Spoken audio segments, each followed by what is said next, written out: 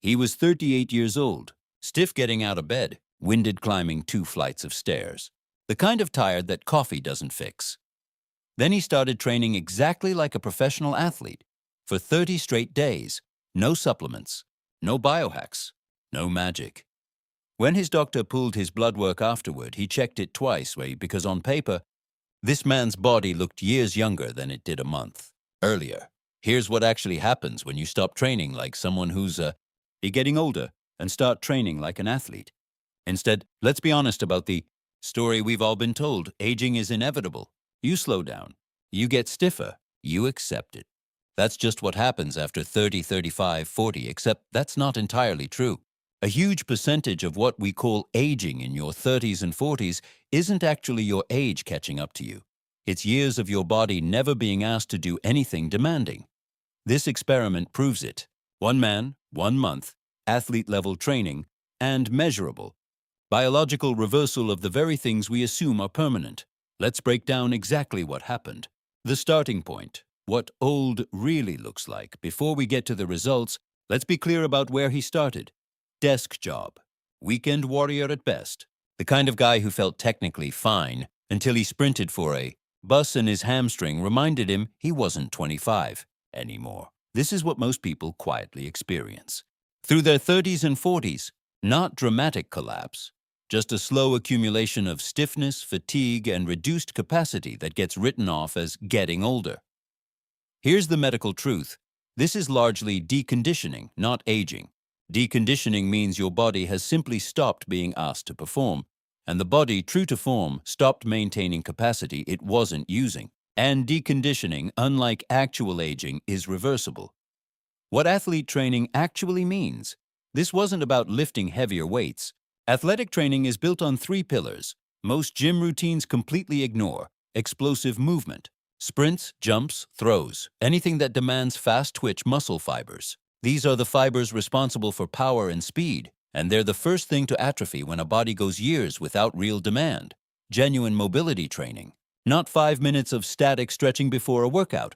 Real, dedicated movement quality work through full joint range. Structured recovery. Sleep, nutrition timing, active recovery days. Treated as scheduled parts of the program, not an afterthought squeezed in, if there's time.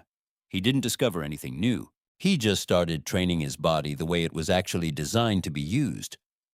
The wake-up call week 1 wasn't about building anything new. It was about exposing how much capacity had quietly disappeared. Simple explosive movements, box jumps, sprint intervals, felt almost impossible.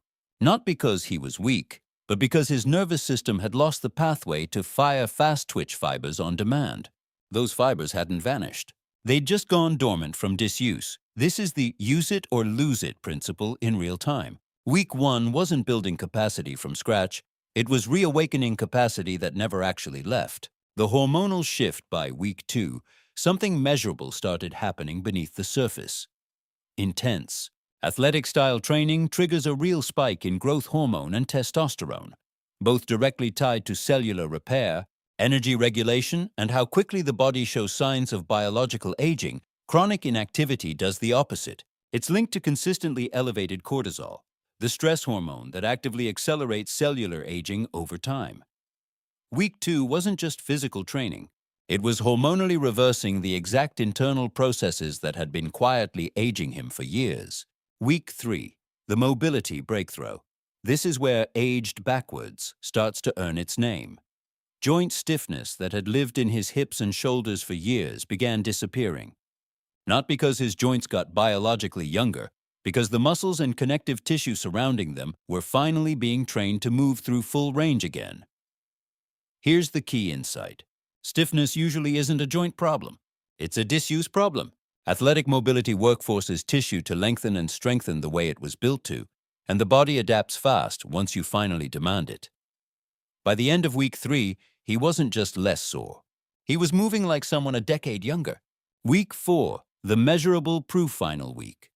And this is where the blood work tells the real story. Inflammation markers.